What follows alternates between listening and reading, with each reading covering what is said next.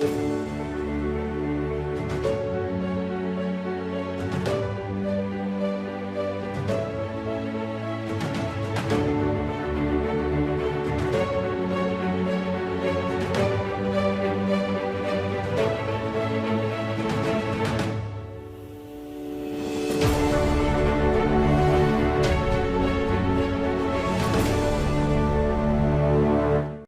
we go today.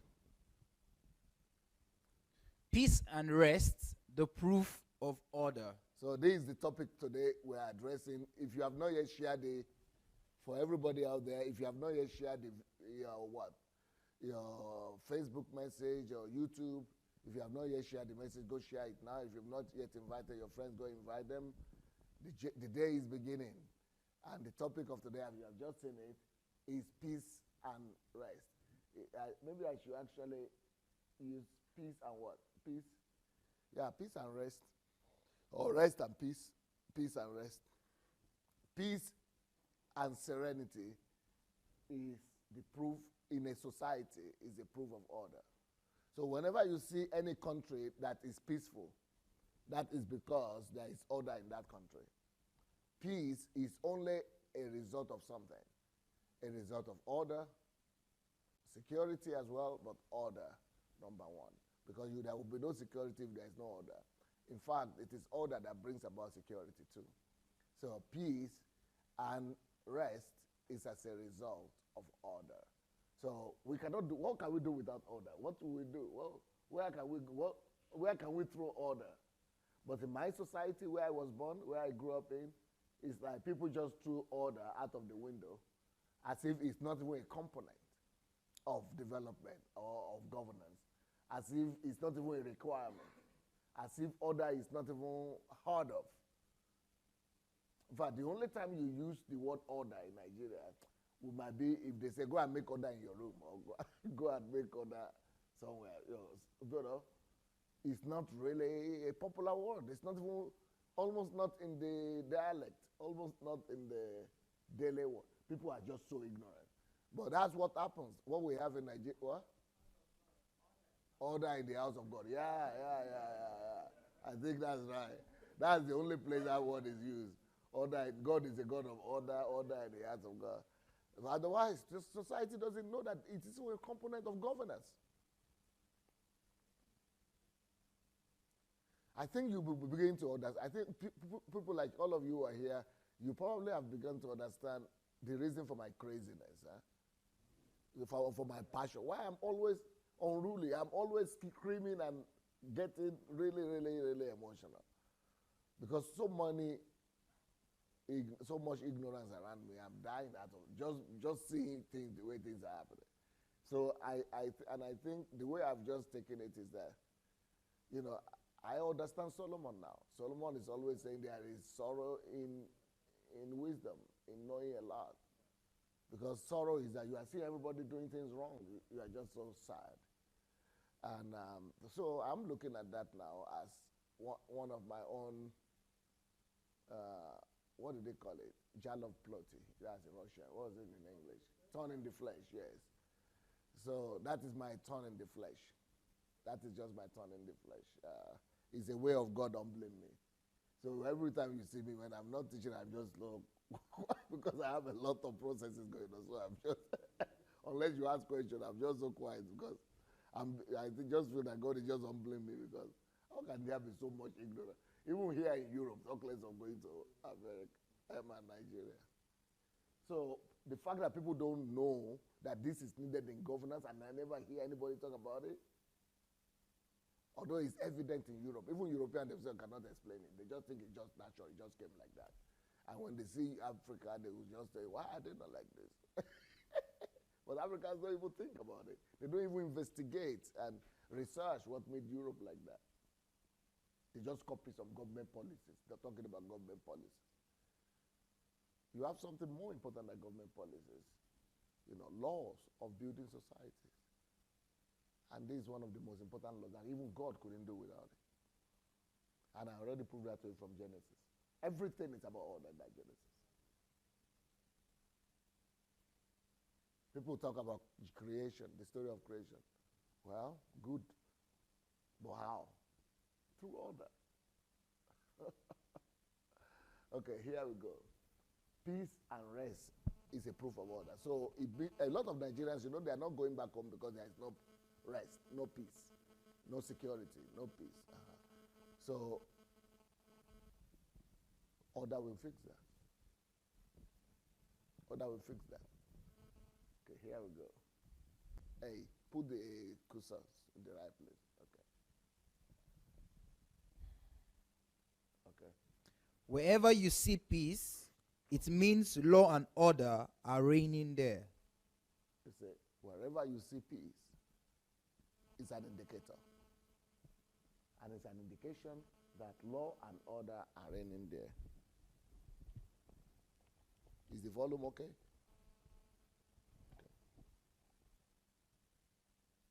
Law and order are reigning there. So if you go to Rwanda, for example, now, you see a lot of peace in that country.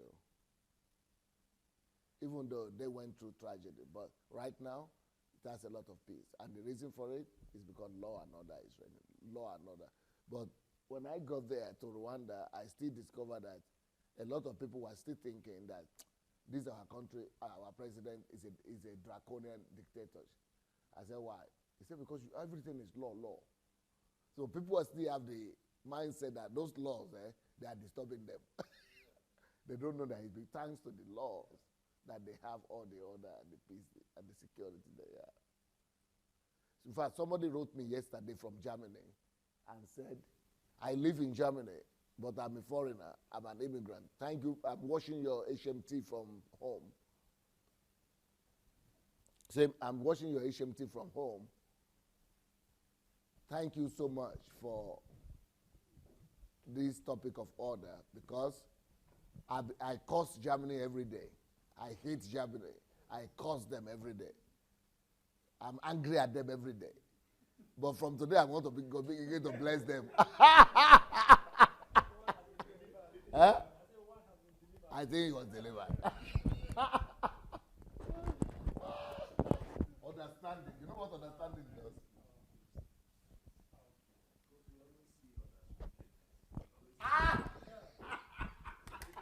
As we get there.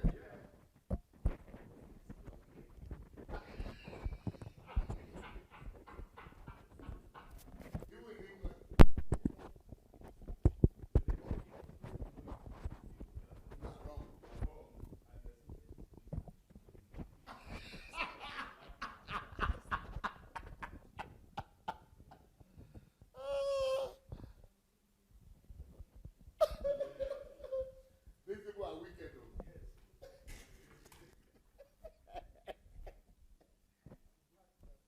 It's because I'm black.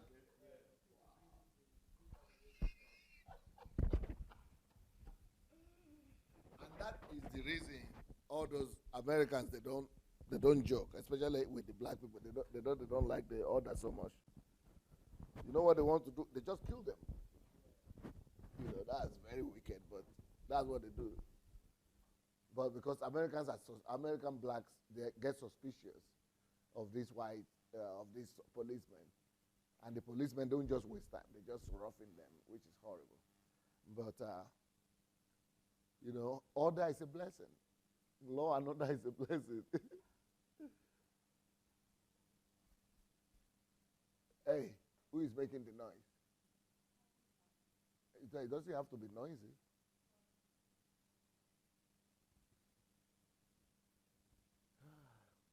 So let's have a look at this list of 10 safest countries in the world. Let's see the video here, and you will see that these countries, they are not just safe because it is these people who live there. It's because they put order. It is order that brings about security and safety.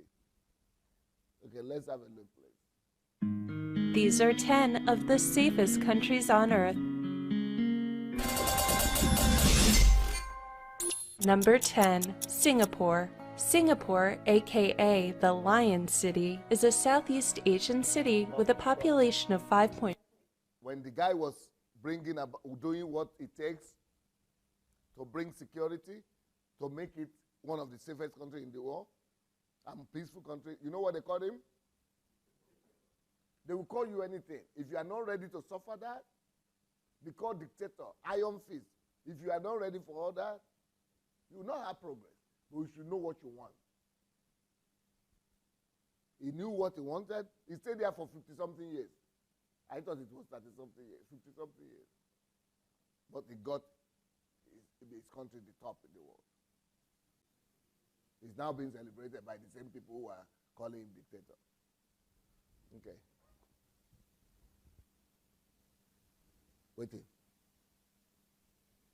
5 million. Singapore is an international financial hub and has racked up a number of global awards, including the easiest place to do business. Socially, Singapore leads all Asian nations on the UN's Human Development Index, gaining high marks on life expectancy, quality of life, education, healthcare, and personal safety. The country has low taxes and one of the highest per capita incomes, and 90% of its citizens own their own homes. Over 80% of its population expressed confidence in their government and judicial system. It seems all of those accolades have created a happy and safe place to live. 9. Denmark. Denmark is the smallest of the Scandinavian countries located in Northern Europe. It is a constitutional monarchy with a population of 5.7 million people. It is part of the European Union and also a founding member of the United Nations and NATO. They enjoy a very high standard of living, but are also weighed down with one of the highest tax rates in the world. Denmark scores very well in national rankings for human development, civil liberties, prosperity, and democratic government. It also has the world's highest social mobility score. It has a high level of income equality and is the least corrupt country in the world.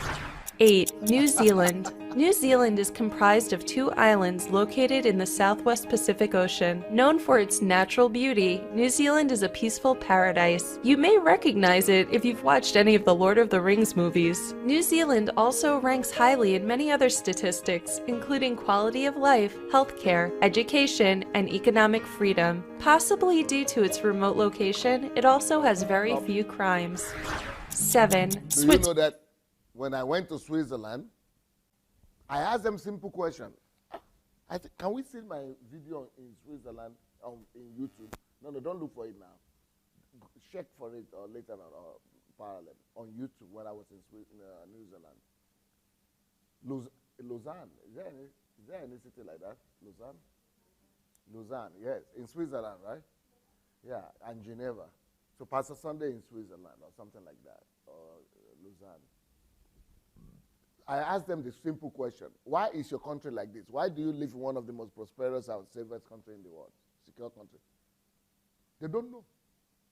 They are telling me some stories, okay. They are telling me what the last government did, what this government did, what the one before that did. They're just living. I mean, these are educated people.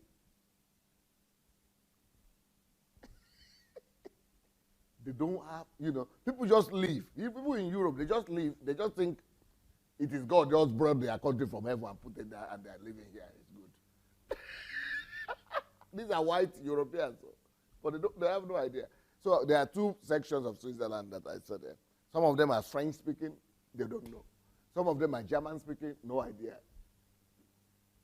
So when I began to teach them and tell them, in fact, my teaching was not about that, but after the teaching, all the leaders of the conferences, all of them came. They would not allow me to eat. They were asking questions. Tell us more. What was Switzerland like? What did we do? I said, but you read book now. They said, yes, but because the liberals and other people who come, they change everything, and everybody wants to do politics to gain their own. So I have to be teaching them and telling them how their country became like that. Because there was a man that is called John Calvin that introduced the principles of, ruling a nation by the scriptures. And before that, then after that, the same thing with, do you know Abraham Cooper? Yeah. You've heard of him, but you don't know what he did for your country. You see. That's Holland. That's the person responsible for the Holland that we are seeing today. So people who contributed to the modernization and civilization of society. But people now in Europe, they just enjoy it. So, but these are the principles. That's why history, in Nigeria, I had to remove history from school. How will you then learn?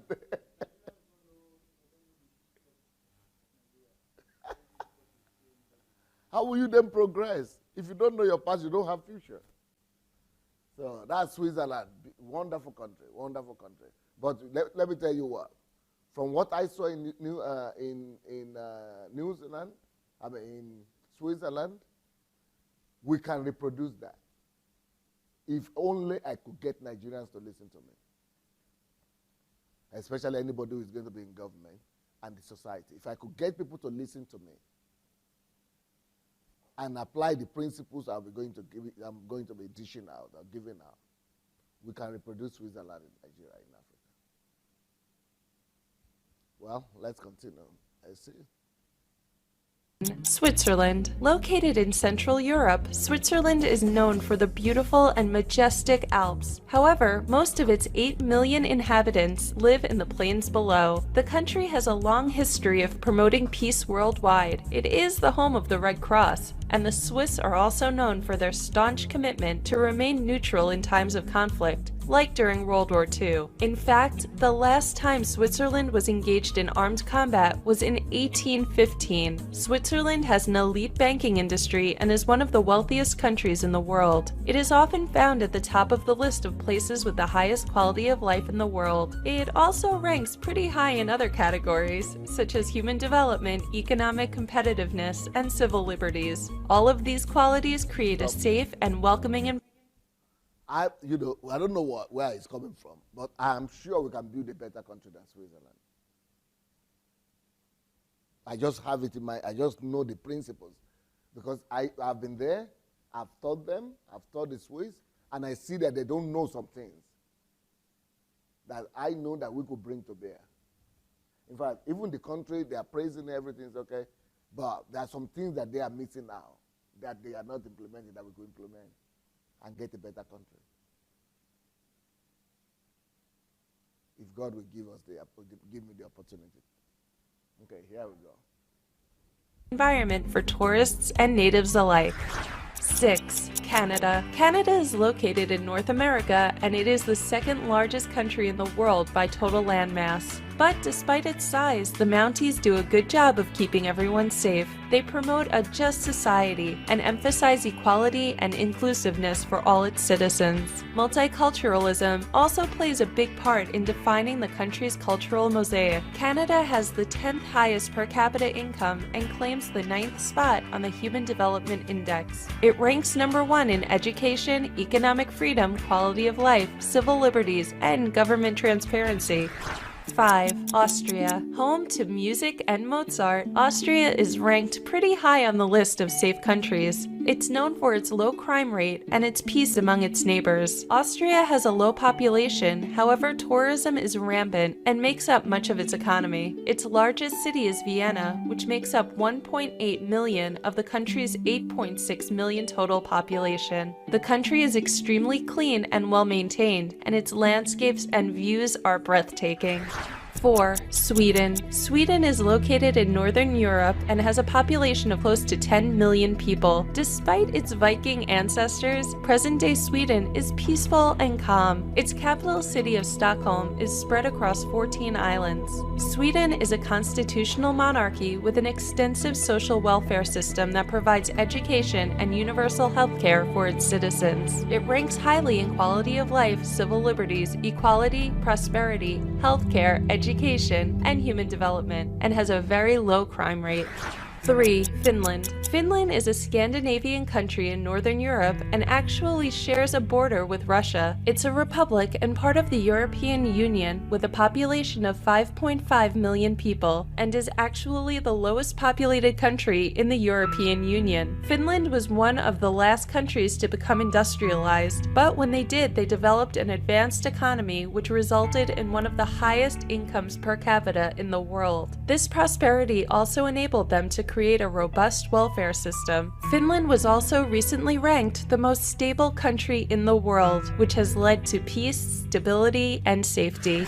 2. Norway. Norway is located in Northern Europe and is a Scandinavian All of them country. It is a Scandinavian. constitutional monarchy with a population of just over 5 million people. A founding member of both NATO and the United Nations, it is not, however, a part of the European Union. Thanks to an abundance of natural resources like gas and oil, Norwegians have the 4th highest income per capita in the world. They also have a very comprehensive social security and welfare system, which provides free healthcare and education to all its citizens. Since 2001, Norway has also had the highest Human Development Index rating in the world 11 times.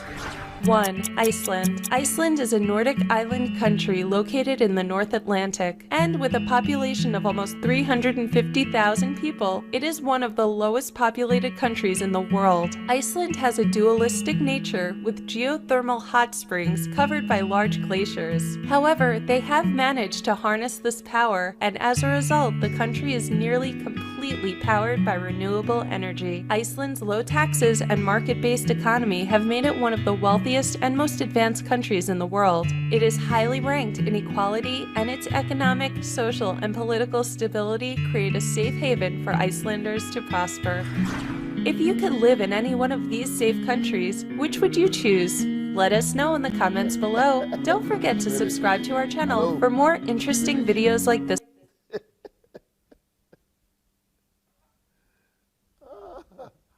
Now, is there any one of those countries you see that there is no order? Law and order? Those countries are very strict countries, all of them.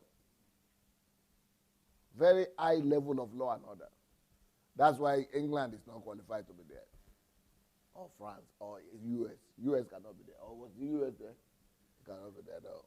These countries are very high on law and order. Very high.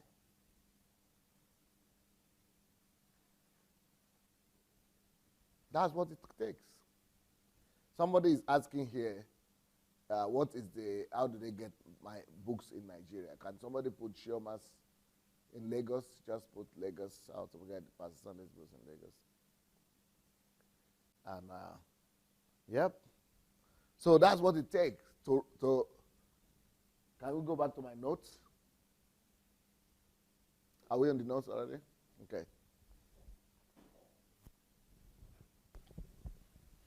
The reason God gave Israel 10 commandments is to give them rest and peace. That's very important. The reason God gave Israel 10 commandments is for one of them is for rest and peace. Or peace and rest, how you want it. Or peace and security. Okay, there we go. Exodus 32, 1-4. And when the people saw that Moses delayed to come down out of the mount, the people gathered themselves together unto Aaron, and said unto him, Up, make us gods, which shall go before us. For as for this Moses, the man that brought us up out of the land of Egypt, we wot not what is become of him.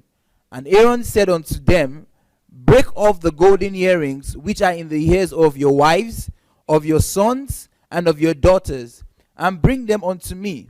And all the people brake off the golden earrings which were in the ears, and brought them unto Aaron. And he received them at their hand, and fashioned it with a graven tool, after he had made it a molten calf. And they said, These be thy gods, O Israel, which brought thee up out of the land of Egypt. In Exodus 32, 1-4, the people of Israel became unruly. Yeah. Exodus 32, 19-25.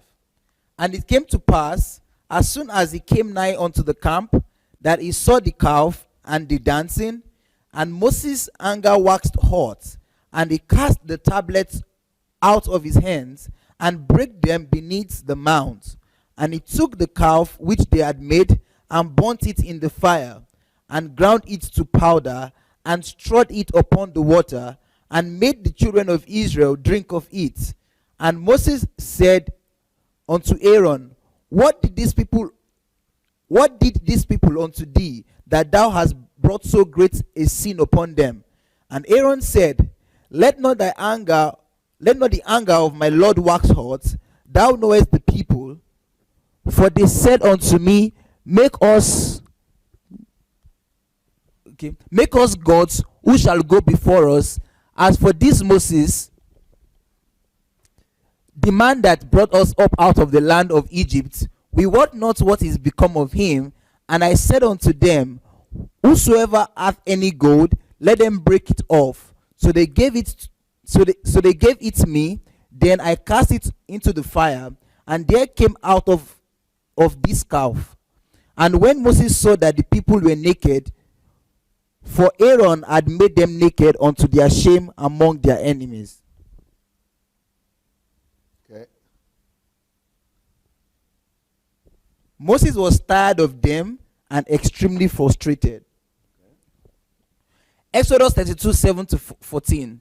And the Lord said unto Moses, Go get thee down, for thy people, which thou broughtest out of the land of Egypt, have corrupted themselves. They have turned aside quickly out of the way which I commanded them. They have made them a molten calf, and have worshipped it, and have sacrificed thereunto, and said, These be thy gods, O Israel, which have brought thee up out of the land of Egypt. And the Lord said unto Moses, I have seen this people, and behold, it is a stiff-necked people. Now therefore let me alone, that my wrath may wax hot up against them, and that I may consume them, and I will make of thee a great nation. And Moses besought the Lord his God, and said, Lord, why doth thy wrath wax hot against thy people, which thou hast brought forth out of the land of Egypt with great power and with a mighty hand?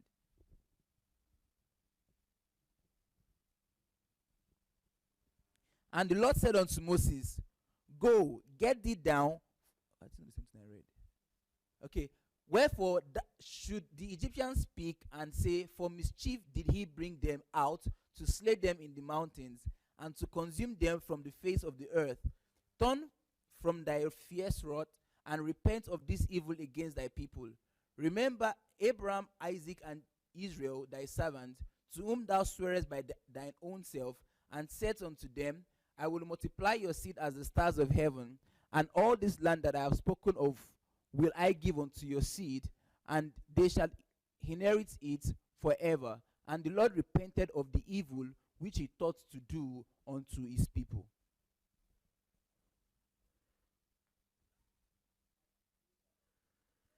The lack of order was so big in Israel that even God was frustrated by it. But is that you jump over some places there, with the verses, where God was frustrated. Did you read that part? Yes. Okay. Right. Exodus 32, 30, 35. And it came to pass on the morrow that most people, you have sinned a great sin, and now I will go up unto the Lord. Peradventure I shall make an atonement for your sin. And Moses returned unto the Lord and said, Oh, these people have sinned a great sin, and have made them gods of gold. Yet now, if thou wilt forgive their sin, and if not, blot me, I pray thee, out of thy book which thou hast written. And the Lord said unto Moses, Whosoever hath sinned against me, him will I blot out of my book. Therefore now go, lead the people unto the place of which I have spoken unto thee. Behold, my angel shall go before thee. Nevertheless, in the day when I will visit their sin upon them. And the Lord plagued the people, because they made the calf which Aaron made. See, the biggest challenge God had with the children of Israel is lack of order. Or the way the Bible puts it, lack of obedience. God struggled throughout with Israel. If any one of you read the Old Testament, you will see God was always frustrated. Even their leaders were always frustrated because of lack of order. This is just a typical example of it. The leader who was maintaining order for them, Moses, went away just for a few weeks. Everything. So if Israel could become orderly in this world, there is no country that cannot be orderly. Because Israel is the most stubborn people on earth. How many of you have been to Israel? For me, it is the most. Everybody is always asking me the question, what is the top country you like most out of all the countries you have visited? And which is the least? So when I give people the explanation, people are always shocked. Let's not talk about the top countries right now. Let's talk about the least where I've been to. One of the least countries, for me, the worst country, apart from Nigeria, is Israel. Even though with Nigeria, just because there is no infrastructure, no electricity, and no order. But Israel, there is order, perfect order there. But it's still the worst. So everybody that is dreaming of going to Israel, make sure they go. Me, I don't go with you. I go there because I'm regarded as a friend of Israel, and I know their government, and they know me, and we are friendly. But otherwise, the country for me is the worst country. For me, it's the worst. Because the people are stubborn, almost wicked, no respect, no honor. They don't know how to honor. They are nonchalant. Their behavior. See the way they are behaving with Palestine now. That's basically the way individually you also, Now, if you are your friends, that's different. If you are family friends or something. Stubborn place. So God experienced it. Even God himself was facing a challenge. Okay, let's go. Miracles, signs, and wonders, sacrifices, and atonements could not bring rest and peace to Israel. So, no amount of miracle produces order. That's just for our African people, because some of them are still waiting for miracle today. And like we saw in the film yesterday, when the lady herself that was cooking right in the middle of the road, when she finished cooking, you know where she went? She went to pray. Can you believe it? She went to church to pray. There is no amount of prayer that can bring up that can bring about order, peace, and security. No prayer. It is order. Peace and rest will only come out of order. Not just on the national level, even on family level. Peace and order responds to, peace and rest, security responds to order. Doesn't respond to prayer and fasting though. See the woman now, and she was not the only one there. The place was jam-packed with millions of people. They were praying. All their prayer is not helping Nigeria. Why? It is order. You don't even need to pray. All those 10 countries, none of them is a big Christian country that is praying country. The most secure, peaceful countries in the world. They don't pray. In fact, they don't even believe in God, most of them. And they are the safest and the most secure. Why? Because rest, peace, and security doesn't respond to prayer and fasting. It's not a miracle. That's why you could have so many men of God in Nigeria and security is not coming. Their prayer is not helping. That is why in Nigeria, they boast themselves that they are miracle workers. Miracle, miracle, miracle, miracle. All that power to do miracle is not fixing the country. It's an illusion. God has put the earth on laws, fixed laws, concrete laws. God has told us how things must work and how things work. Things don't work out of miracle. The children of Israel, they had more miracles than any pastor here in this world today. They had some of the greatest miracles, but still, disorder was rampant. Disorder, was at the top. In fact, even God was affected. God got angry because of the level of disorder. Despite the fact that he was doing miracle. But that one miracle God couldn't do is that order. Because it's something men are supposed to do themselves. Even though God was raised, no, let's say, even dividing the sea. You mean the God that divides sea cannot come and put order? He cannot. He can't. Because to put order, it will be infringing on your rights. And to put order, it will be infringing on his fundamental principle of creation, which is free will.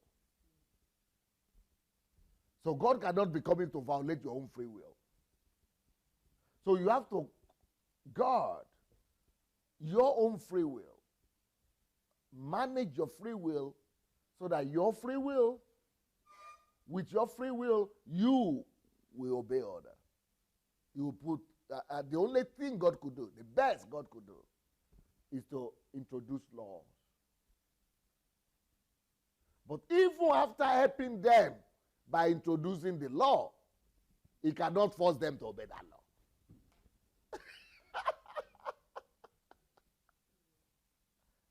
The best God could do to bring peace, security, rest, is an order, is that God knows that law is the key to order. So let me bring law. That is the reason why God introduced law.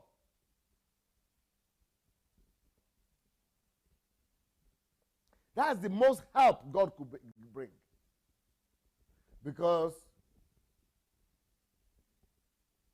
order is a product of abiding by the law.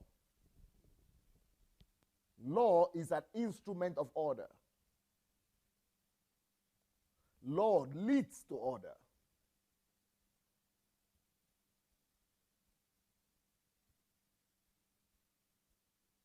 So, God decided to have mercy on the children of Israel. What was that mercy manifested in? Creation of law. That is why any society you will see in the world today, one of the most important activity of any government is the creation of law. They learned it from God. Because when God was setting up this society of Israel, to stop the chaos, he needed to bring law. And all nations know that. That law is the basis for order. And for you to even obey law, you must know the law to obey. And for you to even begin to say that you want to put order in place, there must be law in place. So listen closely. Law precedes order. Law precedes order. Law goes before order.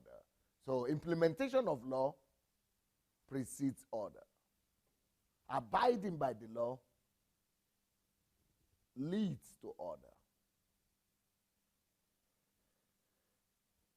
That is why in some of those countries you saw, the most peaceful country in the world, some of the most frequently used phrase is this: law-abiding citizens.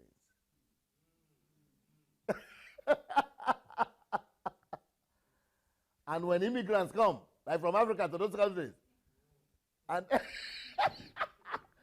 and they begin to tell you about law-abiding citizens, your blood will be hot like that. It's like they are cooking it.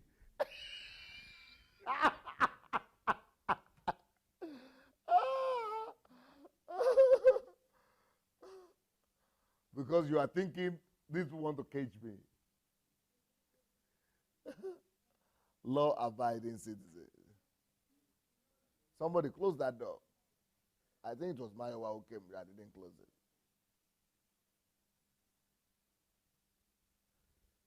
Okay, so read that thing again.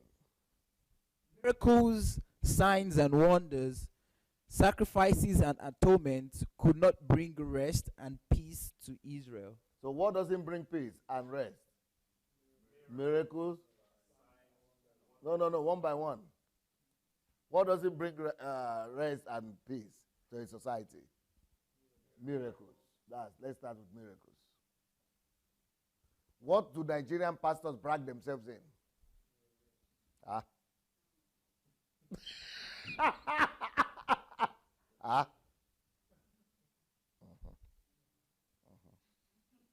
You wonder why church is not helping? Because church is focusing on the wrong. You know what church is supposed to be talking about? Laws, principles. That's why when it talks about the Bible, it says this book of the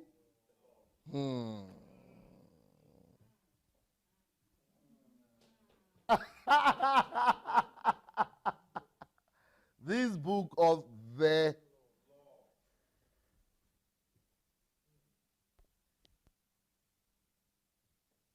but when pastors leave the book of the law and they want to now prove that they are all voodoo masters or voodoo witches, you will never find a voodoo shrine and find order there. You will never find order in paganistic society. It's not a value system. Paganistic society don't have law. They have taboos. Oh. Law creates order. Taboos create death and destruction and calamities. Totally different. The purpose of taboo is not order. The purpose of taboo is fear. Why the purpose of law is order, not death and not destruction. Actually, preservation. Law brings about protection, security, and preservation. Taboo brings about death and destruction. Fear, death, and destruction. But our churches today, we have turned God into a God of taboos. Touch not my anointed. Taboo. And what does taboo bring about? Fear, death, destruction. You will die, oh. You're talking that about Geo. You will look at Geo like that. Taboo.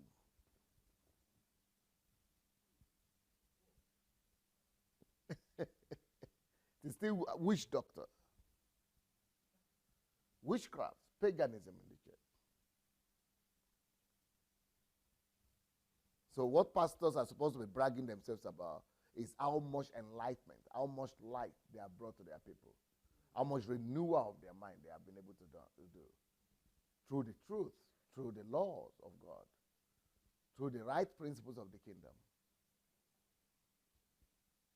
How much law of the kingdom have they been able to imbibe in themselves? That's what the pastors are supposed to be bragging themselves about. How many principles of the kingdom have the people been able to live by? That's what they should be bragging themselves on. How many sons of the kingdom have they been able to raise? How many saviors have they been able to raise? That's what they should be talking about. Not talking about, I'm the biggest miracle worker and all that. As if it's a show. If you want to do miracle, go to circus. You have magicians there. Go and say, they don't have circuses in Africa. Go open your own circus. I think the church has now replaced circus. Yes. Yeah, no more circuses.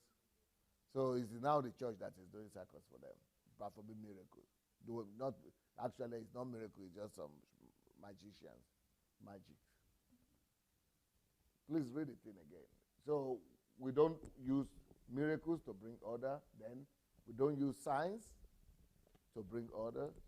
We don't use wonders to bring order. Okay? Miracles, signs, and wonders, sacrifices, and atonements could not bring rest and peace to Israel. Yeah, because we have sacrifices and atonement all the time. Go to church. Don't miss so. Every Sunday. Not lie. It depends on what you teach there. Sacrifices and atonement. Oh, we're paying tithe. Everybody paying their tithe. Not lie. It's a law and order that secures peace and rest. Oh, I'm serving in the church. I'm an usher. I'm in that department. I'm in that department. Not lie. It is law and order that secures peace and rest. Okay, here we go. There was no harmony and peace between people and God. Israel kept on messing up Israel. Israel kept on messing up, and Israel kept on annoying God. Despite all the miracles. So, you will see God's intervention now. There was a need for harmony, peace, and sanity.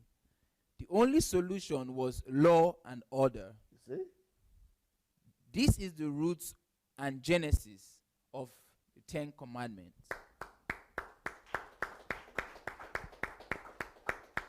So you can now understand why you needed to read all those scriptures. Long scriptures that I thought you were reading. I was almost pitying you. Huh? Because the way you are reading them. It made me to remember what Jesus said. Anybody who put the something on the offense on these people, it will be better for them to put stone and what they call that stone. There is a word for that stone. Put stone in the neck. And it was like they put stone on your leg and they are putting you through water and say, make you read again. But I said, well, don't worry. Let him survive it now. Then he will understand later. That your suffering is for you to know how much confusion, how much chaos was happening in Israel. And the only sanity in chaos is law and order. That's how God, the origin of Ten Commandments. God was not even planning to put Ten Commandments there before. There was no law before. God was planning that the knowledge of him or his presence will make them will regulate them, the fear of God, the love of God, relationship. But he couldn't help it. God himself had to come down to bring the love on them. That is how some sanity began to reign. Even then, they couldn't stay abide. So this is the reason for Ten Commandments. Law and order, to secure law and order. Peace and rest. That was the goal. But before then, the peace and order, the source of peace was Sabbath. And we are going to talk about that before law. Sabbath was peace and rest. He put it in creation. Anyway, we'll talk about that later on. So, can you read that again? There was a need for harmony, peace, and sanity. And the only solution was law and order. This is the roots and genesis of Ten Commandments. Yeah. Now you got to read it again. No? Exodus 33, 1-4. And the Lord said unto Moses, depart and go up hence, thou and the people which thou hast brought up out of the land of Egypt, unto the land which I swear unto Abraham, to Isaac, and to Jacob, saying, unto thy seed will I give it. And I will send an angel before thee, and I will drive out the Canaanites, the Amorites, and the Hittites, and the Perizzites, the Evites, and the Jebusites, unto a land flowing with milk and honey. For I will not go up in the midst of thee, for thou art a stiff-necked people, lest I consume thee in the way. And when the people heard these evil tidings, they mourned, and no man did put on him his ornament.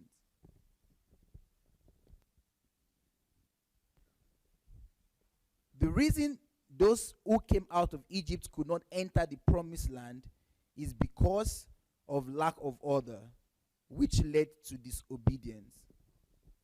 You see? Lack of order. Lack of order leads to disobedience. Exodus 34, 1-3. And the Lord said unto Moses, hew thee 2 tables of stones like unto the first, and I will write upon these tables the words that were in the first tables, which thou breakest, and be ready in the morning, and come up in the morning unto Mount Sinai, and present thyself there to me in the top of the mount, And no man shall come up with thee, neither let any man be seen throughout all the mount, neither let the flocks nor herds feed before the mount. Yep. Okay. God came up with only one solution to preserve, rule, and manage Israel. The solution is in law. That solution. Oh, sorry, that solution is in law, which eventually leads to order. You see? You got what you got where I go, eh? Okay.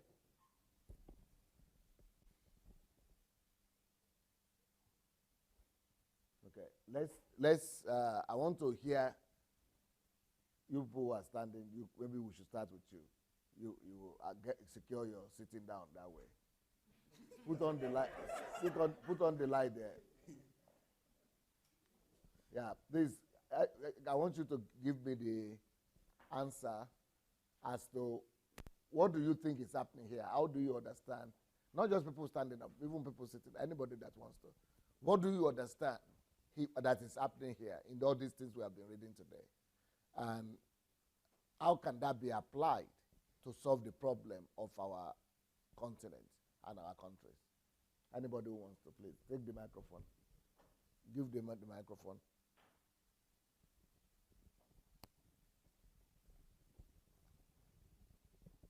Like from what I observe is that God, first of all, saw the problem. What problem? That is disorderliness Yes. in the life of the people.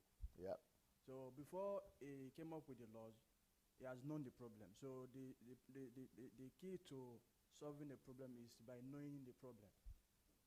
So he now brought the law, and the law now brought solution to Israel. So how can you use that for Nigeria? Like from what you've taught us this morning, like I observed that you have to first of all know the roots of the problem. So by knowing the root of the problem for our country, then bringing up the solution, like the way to counter it, that is what will bring the change and the peace and the orderly life we really want from our country. That is my own point. Okay. Yeah. I'm reading one comment here now. Somebody say, but Jesus has redeemed us from the law now. So go and build a society where you say Jesus has redeemed you from the law. So that no society, no law, no traffic law, nothing. Put on the thing again. No, easy. Yeah. Yes. Yeah. So what do you think is happening here? Thank you, sir. You've just clarified a lot of things for me and a lot of scripture. For me, I've always wondered why God had to wait until the time of Moses before he gave them the law.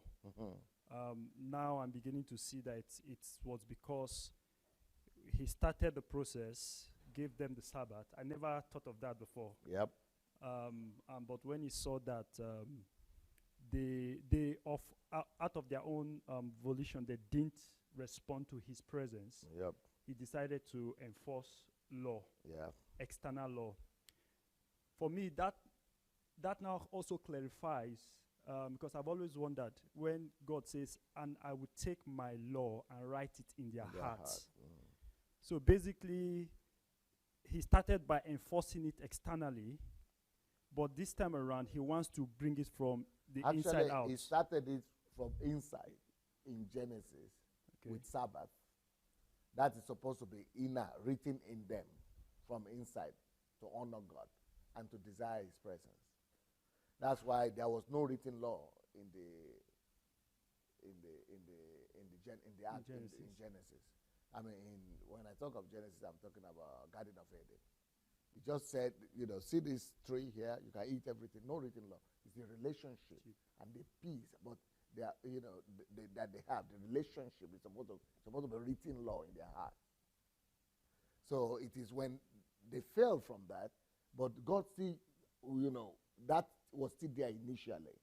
But when that, people totally neglected relationship with God, no inner leading, that is how he now brought law as external factor to hold them back.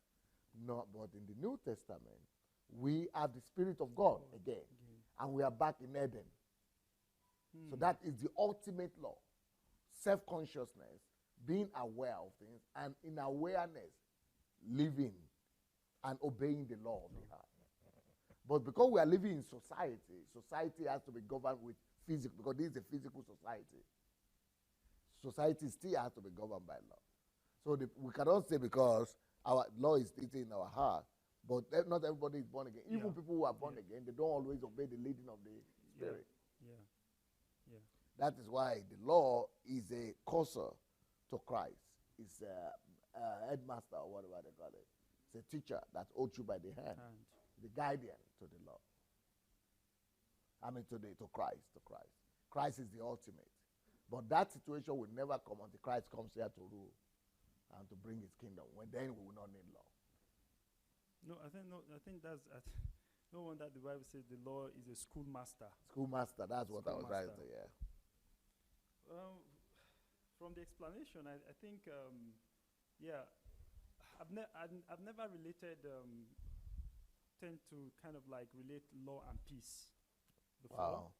But I think now it's making a whole lot of sense. And I think the only way for us to bring back peace in Nigeria, there's no way we can escape law. There's no way. And it's the most lawless country I've ever seen in my life. There's no way. Nigeria. It's the most lawless country. It's like it doesn't exist. Even though there are laws, but it's like it doesn't exist at all. On every level. In fact, the only place where law works is among the top elite. Somewhere there. The government people, a little bit. But local government, state government, ordinary people, everybody's just going about their daily bread. But when it comes to corruption, I'm not sure the law has gotten to that top. So that's top. So I think, that's the only way that we can actually bring back order and also bring back peace to reign. Because even among the common men, there's a whole lot of anarchy. If the state to which Nigeria has decayed to, you get, right now you see it on Facebook, YouTube, you see people cutting people's head off, people just killing people just because of the financial benefits they stand to gain. But I think if there's law, then that law will bring about order, which in turn will bring peace in the society. Yep. Yeah. Anybody else? Okay. Thank you very much for explaining this. Actually, it's brought light into my understanding because, like the question that that person from internet asked, has always, it's been going through my mind as well. That actually, Jesus Christ died for our sins, so we don't need to. He has come to actually fulfill the law. We don't need to observe the law again. But actually, from the explanation I've got today, it's clear that because actually even Jesus Christ said, "A new commandment have given unto you, which is to love one another." So just as DSA actually really explained that now the law is in our heart. Now it's been written in our heart. So that commandment, I'm taking it as the law and law, which is actually, if we have the love for one another, we will be able to even observe the other laws. We will be able to pay our tax. We will be able to. We won't actually depend on miracle. We won't depend on atonement. That it's when I pay my tithe that I will. So that's my understanding. Thank you very much. Okay. We have the big man here. Man of wisdom. These quad. I think that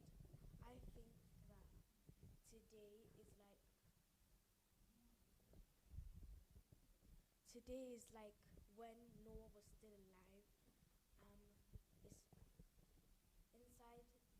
days, obviously, people they weren't listening to each other. They'll always be breaking everything, and it's like that video that we watched. Nigeria.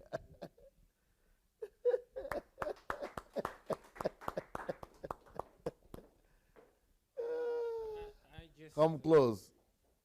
Where can I stand here? Yeah, I just want to add to what you were saying. We're as a nation and church, we're conditioned to believe and have faith in miracles, and with that, we how do you say that? You don't know no because we only depend on miracles, we forget about the rules and laws that which actually create things. So we're living in an illusion, kind of. So I'm very happy to know now that the Ten Commandments was not something to just oppress us. It's just something to bring us to peace. Yeah. Yeah. The purpose is peace and rest. Okay. My understanding is this that it seems like God has put His law and order already by saying that no miracles, signs, and wonder can bring order. Yeah. And then it's like we are ignoring also that order that He put already before us. Mhm. Because He stated it that even though we are trying to practice these miracles, nothing will happen. And then I think we just have to improve on that and stop expecting something to happen while we are already given the order that we are just wasting our time. We don't even have to practice it. Yeah, because it leads to laziness. If you are going to be expecting miracles, then that leads to laziness. Then you will not, you just say, oh, God has redeemed us from the law. God, everything is done. So then it leads to disorder. How will you build a country? You need instructions to build a country. You need the laws to build a nation. You need, even the kingdom of God is based on values. So law, what does law do? Law enforces those values. Law makes the values of the kingdom of God to be indicated. For example, don't steal your neighbor's stuff. That is an act of love. But even though it is written in our heart, but not everybody follows their heart. So we need to help them. But what we are actually constituting, hello?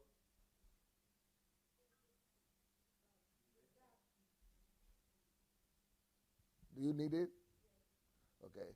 So what we're actually enforcing is the same law that is in our heart, the law of love. Look at all the laws there. You see, it's just the Ten Commandments, it's all about love too. But it's to help, like we talk about Germany, that even though people might not like the rules, and the way to know that they don't like it is when they go out of the country, they live anyhow they want. But in the country, because the laws are helping them to say, no, if you don't like it, then go out of here. They all have to obey. And because they obey, their country works. So that's human nature. Human nature has a fallen nature. Either you are born again, you are not. So you need laws to help you, remind you even driving. How many of you born again people never drive faster than 60 kilometers or 30 kilometers? Even though you are born again. But you have police and you have the traffic law. But why is it that your heart is the law of love? Christ has redeemed you. Why is it that not working when it comes to driving? It's in everything. When human nature knows that there is no law, there is nobody regulating, there is nobody monitoring, there is no law, no consequences, all of us, born again or not born again, we violate the law. We live anyhow. Because that is flesh. That is for you to know that we have flesh. Human flesh is falling. We have fallen nature. That is why when it comes to society, we need laws. And it's still the same law, the law of love. Love your neighbor, love God. And that law helps you to protect you from your other neighbor that don't want to follow the law. And helps to protect your neighbor from when you are weak and you don't feel like following the traffic law. So the law is legislated. For example, go in Germany, you have to work. Everything is instruction. You have to do everything according to instruction so that you produce quality goods. Why? Because if you produce that medicine, pharmaceutical something without quality, they don't want you to kill other people. So the instructions help you to do your work for the best so that nobody will suffer because you are not doing your work to the best and the person is thinking you have done it to the best. So he's believing you and he's taking it. And he doesn't know that you have not done it to your best. So if you don't do it to your best, you bear consequences because you are making other people suffer. That is all law of love. But because we are having human nature and we are physical human beings, we need that law and the enforcement of it.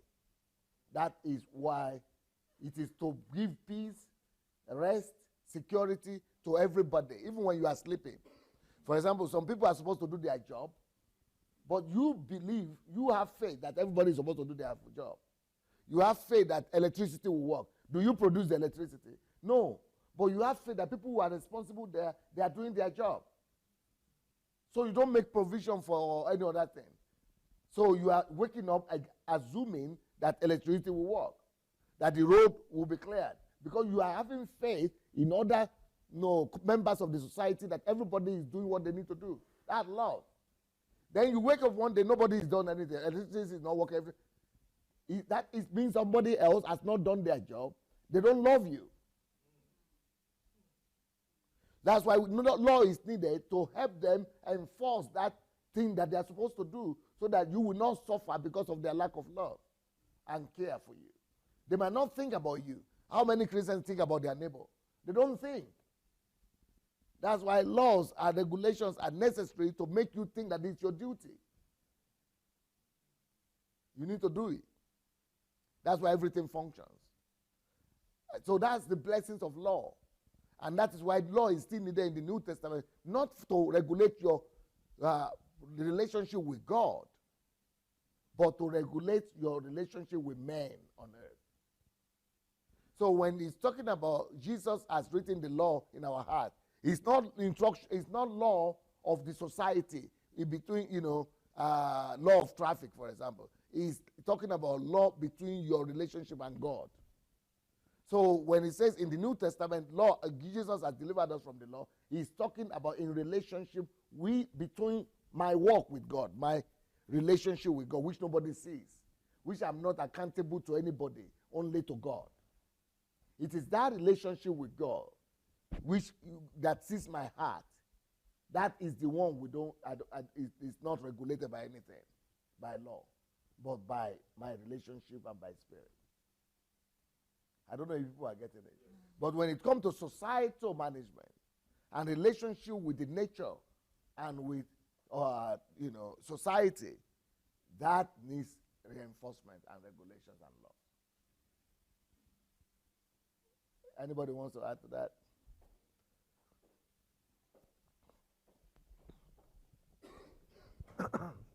I think now I'm beginning to understand it better. That when Jesus said that he came to fulfill the law and then introduce love, they are the same thing. Love and love is the same thing. There is no difference between the two. Beautiful. Because the law was created out of love. And then love is still the law. Yeah. So that's what I was just sitting there. And but Christians think when they say I've only brought love, that it means don't obey anything. Yes. No, law is love, and love is law. That's why Jesus fulfilled it. He's not contradicting himself. Yeah. And then he says that the kingdom of God suffered violence, and only the violent take it by force. Who are the people making the kingdom of God suffer violence? It's the people that are living in disorder. It is chaos. It is out of disorder that the kingdom is suffering violence, because we are not trying to fulfill that same reason, that same purpose that we were called to fulfill, the reason why we actually came. So the order is a blessing. if I relate it to when we were young, like when our parents would say, do this, do that, do that. Out of our nature, we don't want to do that. Yeah. We want to play. We want to do our own thing. But when we, especially us that we are flogged when we were small, but when you remember the punishment, sometimes you just do what you were asked to do. But sometimes you still go out of line. But we see it as wickedness, we see it as harshness, and that's what we have grown up with, and that's why Nigeria is today is the way it is today. Anytime a new law is introduced, nobody wants it, because we are used to seeing it as wickedness. We see it as this person is a dictator and all those things. Like when Buhari was coming, everybody said he's a disciplinarian, and some people were As saying, if it's bad. yeah, as if everybody was seeing it as a bad thing. Because nobody wants to be disciplined. Everybody just wants to remain the way they are. So let the system remain the way it is. But with the West, we are running to the West. Yeah. But what makes the West work is that law you live in London now. Yes. Law everywhere. Yeah. Now I understand it better, because obviously when a policeman in London stops you and is telling you your violation, the only thing you are thinking about is just yourself. But the violation he's talking about is About out of love for others, and yeah. the environment. So I'm really enjoying this class. Yeah, so one of the most important things that I got from this session was that not only does law need to be enforced externally and outwardly, but they also need to be enforced within ourselves. Because, for example, when we have like a deeper understanding of the laws that we need to abide by, it will make sense. For example, the speed limit that you mentioned. So if you don't understand why the law was created, when nobody's watching, you're gonna try to break the law. Of course. So, for example, let's say the speed limit is posted 60, and you just be, if you don't actually sit down and think to myself, okay, so why do they enforce this speed limit? When the police is not around, you're gonna break it. The reason why they enforced it was basically to protect everyone around you. But if you don't have a deeper understanding of why it was even placed in the first place, you're gonna end up breaking it. And that's exactly what the Israelites did. When God knew the issues, God knew the issues amongst them. And because they themselves did not sit down and say, okay, they didn't accept the laws inside their hearts. That's why the majority of the Israelites were destroyed before they reached the promised land. Not only did they not accept it, they also broke the laws outwardly as well. And I think that's one thing that a lot of the citizens in Nigeria are struggling with, is that they don't want to be enforced because they don't understand the reason why a society needs to be governed and needs to be, structured and disciplined. So I think that once it's accepted and enforced in them, that's when outwardly there's going to be structure, there's going to be organization, and there's going to be a better society. So not only do we need to enforce it outwardly, we also need to enforce it within ourselves. That is one of the challenges we are going to face when we get to Africa, because people are going to be telling us, no, we are Christians. Jesus has removed the law, so we are not going to obey anything. But that's what's happening in Nigeria. The so-called born-again Christians are the most unruly. And everybody is suffering for it. Good morning, everyone. I would like to start with a quote by Thomas Edison. He said that thinking is the hardest thing to do. That's why so few engage in it.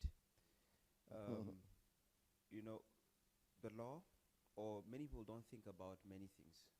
But then if you have a law that is put there that you are forced to do, you will end up doing it because it's universal and it applies to everyone. So by the time you catch up with your thinking, you're already doing it, and then it becomes part of you. So that's why I think law is necessary. Thank you. Thank you. Okay. Anybody else want to say anything? All right. So let's go to the movie. Let's watch a movie there. That is video there that I would like us to watch. Not movie, but video.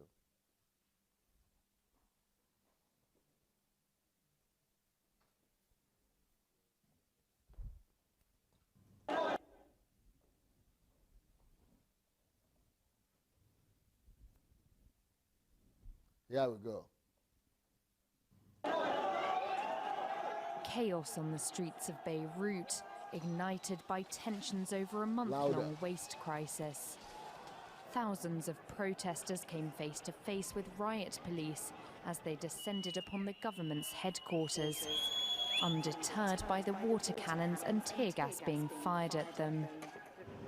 Tanks rolled in after the army was called to control the clashes.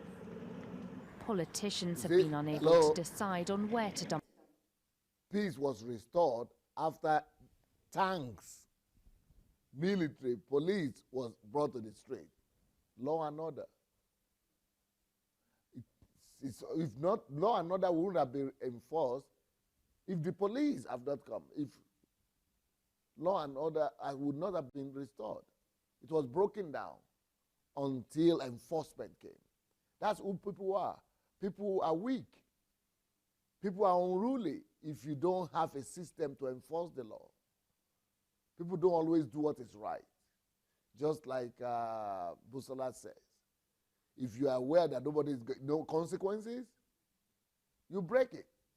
Okay, let's continue. Dump the rubbish piling up in the Lebanese capital since the main landfill was closed in July. The Prime Minister is calling for calm. I am extending my hand to members of civil society to tell them that I'm ready to listen to them and sit and have a discussion with them so we can work together during this testing time. Lebanon's cabinet will meet in the coming week to tackle the problem, but it could be too little too late. Tamam Salam has shown he's completely incapable of finding solutions. He has no clear vision of the situation. The government is without doubt responsible for this situation. That includes Tamam Salam. We are calling for his immediate resignation. Patience has its limits. People have run out of patience. The protests are symbolic of a wider malaise. Political splits mean Lebanon has had no head of state for more than a year. A divided cabinet is currently in charge. And that People are complaining that Buhari was away from the country for 2 months. No head of state for 2 months in Nigeria. Here is 1 year. Yeah. The president, no president, no head of state. Okay, let's go back to our class. God came up with only one solution: to preserve, rule, and manage Israel.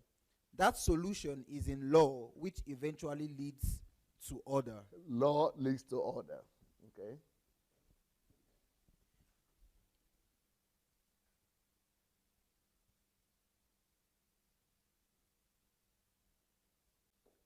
I thought you were supposed to show this. This is what you were supposed to show, girls. You were supposed to show Israel. And you went and did something else.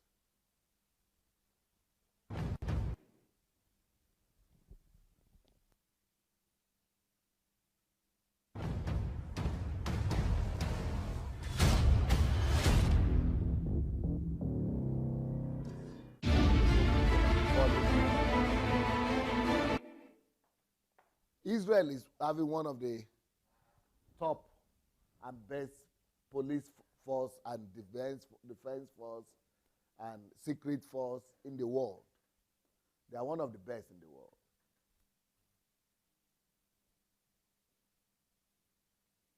Especially secret service. So why is that needed? Like, you know, I was telling you about Israel. That is the most one of unruly people in the world. Well, this is not just for terrorists, even their own people. This is the kind of thing Nigeria needs. We need serious law enforcement agency and system.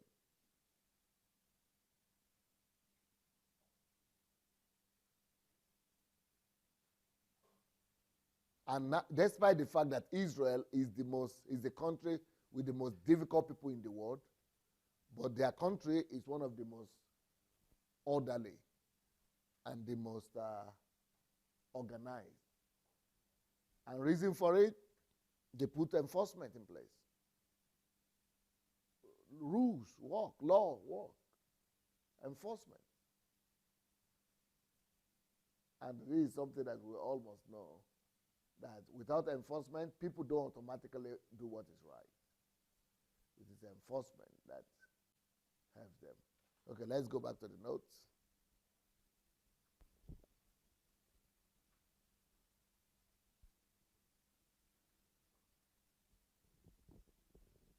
Okay. Exodus 34, 27 to 28. And the Lord said unto Moses, write thou these words, for after the tenor of these words I have made a covenant with thee and with Israel. And he was there with the Lord 40 days and 40 nights. He did neither eat bread nor drink water. And he wrote upon the tables the words of the covenants, the 10 commandments. Okay. That is the root. You know, I was telling you how it came from, where it came from, and how. Okay. Today, the 10 commandments came because of the situation on ground. Today, the only way to bring sanity to community of men is by enforcing law and order. Pay attention to the word enforcing. Enforcing. Because it doesn't make any good to have law if we no enforcement of it. It doesn't make any good to have order, to have law if there is no enforcement. Only the enforcement of law leads to order. Law itself is just like knowing the truth. It's just like the truth, saying the truth is there. You should know the truth. Only the truth that you know will make you free if you act on it. Yeah, if you are not enforcing law, order will still never come. Those who love peace must learn to organize as effectively as those who love war. Can you believe that? If you want peace, be as organized as those people who are going to war. To have peace, you must also have enforcement, force. Organize yourself like an army of enforcing army. Enforcement, as if you are going to war. You must love peace and enforce it as people who are going to war. That's Martin Luther King Jr. who said that. There will be no harmony, peace, and rest among people, and even between people and God, without law and order. Yep. Societies and nations are only successful by how much they enforce law and order. Oh. Now, here, we have to stop. And I will need you people to come out again and prove to us why that is true. Why is this statement true? And, okay, let me ask you another question. If this statement is true, if this statement is not true, why is it that U.S. is not in the top 10 most safest and peaceful countries in the world? England is not there. France is not there. Because of this statement. Let's go see the statement again. Because of the statement. Societies and nations are only successful by how much they enforce law and order. Even though those countries are rich, they are richer than some of these countries that are there. But in those countries, they enforce law more diligently than in the U.S. The least of those 10 countries we saw was Singapore. And has anybody been to Singapore before? What have you read about Singapore? Who will say you have seen any country where they enforce law like that? Or Scandinavia? Me, I cannot live in Scandinavia. Even though I'm preaching about law and order. I would rather live in Ukraine.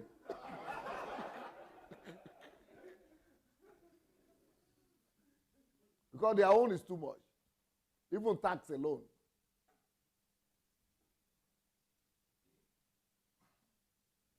So I want you to put to the level that a society obeys or enforces law, and to that is that society successful. To that level is the society successful, especially in peace.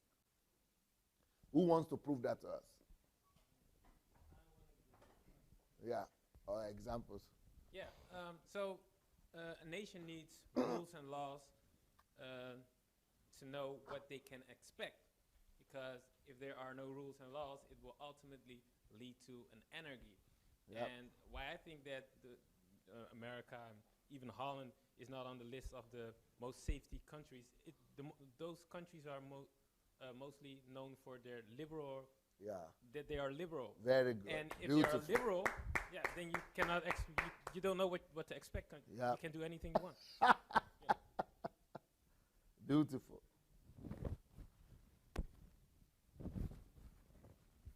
I would like to cite an example, like, for example, our country, Nigeria.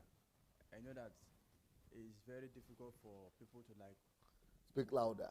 It's very difficult for people to work in the night, like probably late in late hours. Why? Is because there is no law and order. But for instance, when I was in Belarus, I was working freely, like I don't mind the time. Yeah. Why? Because there is law and order. So even though you are a black man. Yes. In a white man's country. Yeah, I was working confidently because I know that there is law and order, and nobody can like do any harm to me. So that is the power of order and law. So is Belarus more prospered and more peaceful than Nigeria? Very well. You see, the more there is enforcement of law, the more there is order, and the more there is prosperity in the country. Okay. Capital, actually, I will say that most of those countries, 5 countries that are actually really picked from the list, I realized that, I mean, their population is very low, very low. And that comes probably from that everything is regulated, including, and when we look at the including birth, including birth, yeah. And including immigration, and including just they just don't allow anything anyhow. And they don't have many children. Everything is regulated. Income is regulated, everything. And that proves, proves that as well from yesterday's film from Malaysia that we looked at. Because they probably, I mean, because of their population, they need more people in the population. So the government had to actually really encourage, make another law to encourage people, because in that film they said there were female graduates. That was not about Malaysia, that was about Singapore. Singapore, sorry. And that the government encouraged them to actually really get married. So everything is regulated. So, and I think, yeah, that's my Can Nigeria ever get there? I think we could get there if we start regulating and enforcing law, really. We could get there, I believe. I believe we could do that.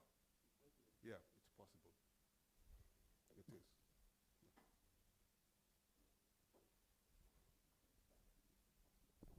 Yes, that statement is correct, because let me use China as a case. What statement? That every society is as successful as the enforcement of law and order. Yeah, no, you don't need to. Of law and order. Let me use China for example. A friend of mine, a Chinese, was telling me that when the government, when they saw that the population is skyrocketing, is going way beyond their control, they introduced law that every family should only have one. And when you have another one, you start paying the government. Oh! Yeah, and it's not a small amount of money. You have to really pay. So that thing now made them to though some people were having, the ones that are okay to pay the government, they were going for 2, 3, but so many of them had to stick to that one. Why? Because the law was enforced, and people that were having more than one were paying it. So it brought sanity to the population control in their country. So everything depends on the enforcement of the law. On how much that law is enforced. So creating a law is a different thing, but enforcing it, the force. Sometimes it makes me remember that, like now we say, whenever anybody remembers why we say there is no place like Niger. Because there is no law. There's no law.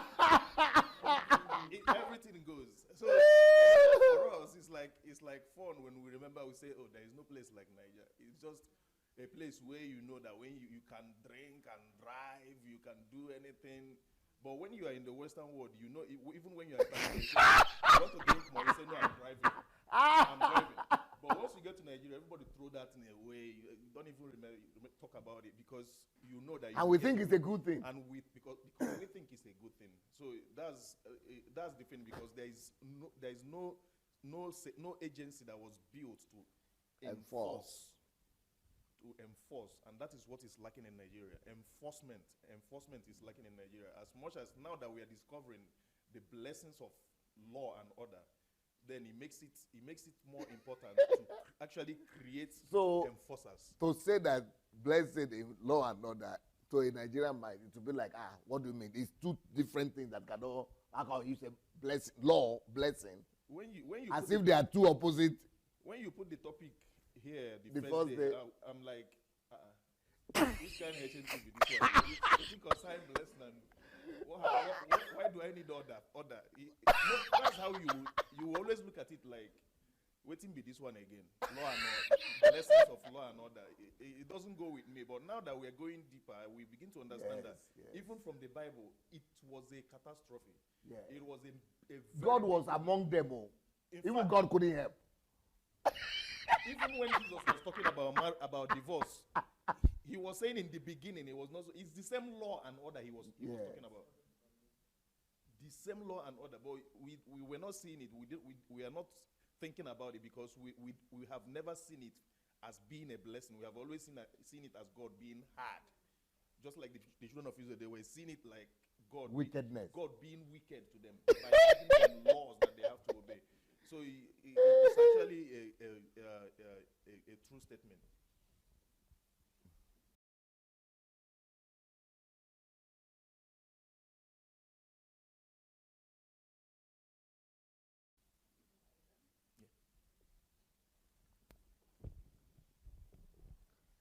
So I want to say that it made me think of Germany as an example, that the statement of if the societies and nations are only as successful as the laws that they enforce, or by yes. So even if a country, for instance, does not have by how much they enforce the law. Okay, by how much they enforce the law. Even if a country doesn't have natural resources, for example, or like Germany doesn't have natural resources. Yes, but they're still very much respected all over the world, and globalization. One of the most respected. Yes, globalization works for them, economy works for them, just because they're so well organized. And so because of that, because of the fact that they're enforcing their law and order, everyone is looking for them. So I'm thinking, because a society or a nation is able to enforce their law and order, people will look for you, nations will look for you, and this will make you successful. And everybody wants to come and live in Germany. Exactly. Even outside of Germany, people are looking for Germans to work for them, because they're so organized and they know that they're going to be creating quality products or working in a very qualitative, highly qualitative way. So that's one of the things I was thinking. So, but why is it that this thing looks so elementary when we are talking about it now? law, order. But why is it that it's one of the things you don't even hear about? In fact, even in the West, the only time you hear about law and order is when they are talking about police, court. But this is everything everywhere, isn't it? I know for Germany, for instance, law and order is something that is we said it already, it's imbibed in the culture, but it's also part of the things that people say unconsciously. Wow. So for example, there are phrases that you just say because, and they depict the picture of law and order. Like phrases like what? Phrases like, what was the one you said? Vorschriften sind Vorschriften, Which means regulations are regulations, or trust is good, but control is better. And the other one was, I think, Ordnung muss sein. What does that mean? Order must be. Order must be. And it's something you say just like that. You say it in school. You say there it must be home. order. Yes. There must be order, exactly. So you say it everywhere. It's like it's very It has become lifestyle, yes. culture, value system. Yeah, it's like you just programmed this way, and you don't even notice it. That's Wow. the most, for me, that's the most shocking. You don't even notice how organized you are. It's just become normal, and that's why people don't think about it. And that's what I believe is lacking in most African countries, and especially Nigeria, because it's not programmed into the minds of the people. And I think that's what Germany did very well. They were not openly saying, this is what you need, but they were just, how can I say, like very subtly programming that into the people so that they automatically In go this way. everything, from primary school, secondary school, kindergarten, in homes, everywhere. Even before you come to school, or the first time you come to elementary school, they tell you have to be in school 15 minutes before it starts. So you have to sit in the room. You have to leave, prepare 15 your minutes. desk 15 minutes before it starts. Everyone is there. You arrive, and that's how it goes. Way. So from the time that you're born, basically, all of these things are enforced. So that's why they're so successful. Appointment 15 minutes before. That's the least, actually. So at least 15 minutes before. Somebody said, I think it was Justine, that if you are a leader or the boss, that you have to be there 1 hour or 30 minutes before. Before the whole thing is supposed to start. Yeah. And it also creates trust, because people trust in Confidence. the fact that, confidence. People from outside have confidence in the fact that you're going to do what you say, and that you're going to be integer in your actions and your promises, because otherwise you're trained to the fact that something negative is going to happen. So you just That is assurance. It brings security, assurance, rest, peace. Okay, thank you. Yeah. Anybody wants to say anything? Okay. You asked the question why it is natural here to obey. In Germany, huh? Yeah, in Germany or in Europe. In Europe or in these in Scandinavia. Yeah. I believe that it didn't come naturally, especially but when we know the history of Scandinavia or German. They're also called Teutonen or the Viking. They had to go through thanks to law enforcement, they had to go through this discipline, actually, and they knew that when you don't obey, you will have to, there's penalty connected to that. And the reason why it's difficult for Africans or for countries like Nigeria is that we are so used to being chaotic that it repels somebody to have to obey to something. It requires discipline. It requires actually first and foremost the consciousness and then discipline. And it's difficult to realize something and then go through this this burden of discipline. Yep. That is, yes. I just want to add briefly, I think the level of leniency in enforcing the law will also determine the level of order you have and the level of peace. For example, you give an example when you went to Germany and you crossed the road when there was no car coming. And you asked the question and we said in London, that doesn't really happen because sometimes you cross the road and you're not arrested or you're not stopped. So I think even in enforcing the law, sometimes when people know that there's an amount of leniency that the government allows, then there's this temptation to still go ahead, even you know that the law is there, and you know that if you break the law, you'll be charged.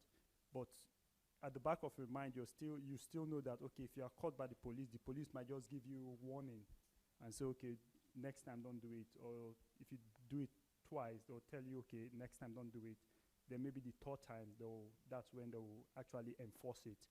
But in societies whereby once you do it once, you're caught and you are meant to suffer for it. No leniency. Yeah, no leniency. Then you have more, will I say, more order in the society, which will result in a higher level of peace in the society. Yes. Which I think is very important and just crossed through my mind here. In developed countries or Western countries, we have this kind of data system. Data system that whatever goes into your record remains there, and that will always follow you wherever you go. In Africa, we don't have that. You remember yesterday we were speaking about, database and government. Romans 13. Yeah. So we don't have that in Africa. So, and that is one of, like just what the last speaker said, that if you have to weigh the consequence, severe the consequence of your action is, that will deter you from your disobedience will cost you more. That's right. So, so remember yesterday when Pastor Sunday was said that policeman was saying, oh, 10 euro, 20 euro. So, so the severity, when the penalty that, oh, it's going to 10, 15, we can see the reaction, how the perpetrator was taking, or taking the matter very serious. So one of the things that people actually really weigh, they weigh that. People that suffers, they say they suffers from anger, they weigh consequence. They weigh consequence. When you are in the office, you can control your anger. But when you are at home, you can't control it. So those are the things that, it's the consequence. When you weigh consequences, then you react in a different way. Thank you. Give it to the boy.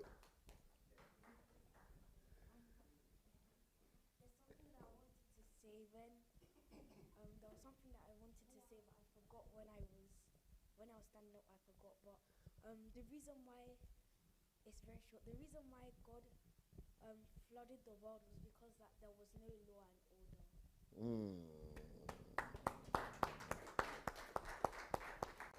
Beautiful. Beautiful.